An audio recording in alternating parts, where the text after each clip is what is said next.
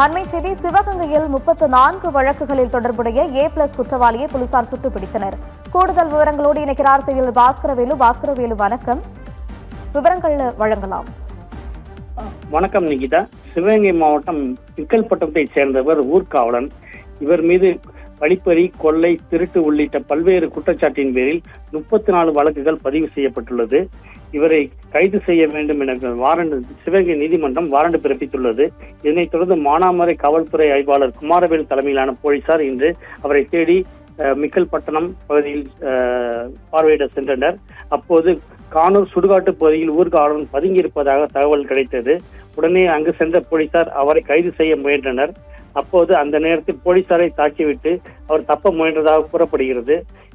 அப்போது தற்காப்பு நடவடிக்கையாக போலீசார் கையில் வைத்திருந்த துப்பாக்கி சூடு நடத்தியதில் ஊர்காவலின் காலில் காயம் ஏற்பட்டது. அதனைத் தொடர்ந்து அவரை பிடித்து சிவகங்கை அரசு மருத்துவக் கல்லூரியில் முதல் உதவி சிகிச்சைக்கு பின் தற்போது மதுரை அரசு மருத்துவக் கல்லூரி மருத்துவமனையில் சேர்க்கப்பட்டுள்ளனர். பல்வேறு வழக்குகளில் தேடப்பட்டிருந்த A+ குற்றவாளியான ஊர்காவலனை காவல்துறையினர் சுட்டுப்பிடித்த சம்பவம் மானாமரை மற்றும் சுற்றுவட்டார பகுதியில் பெரும் பரபரப்பை ஏற்படுத்தியுள்ளது. நிகிதா, விவரங்களுக்கு நன்றி பாஸ்கரவேலு.